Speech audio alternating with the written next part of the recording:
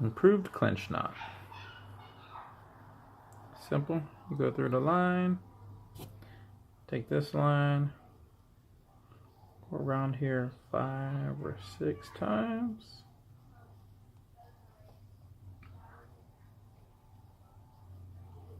Take this original line, go through the hole, and the hole that you made, pull the line through. Very simple. And when you pull it tight,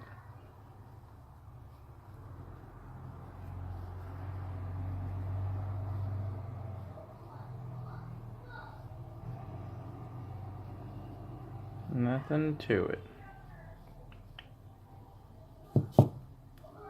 There you go.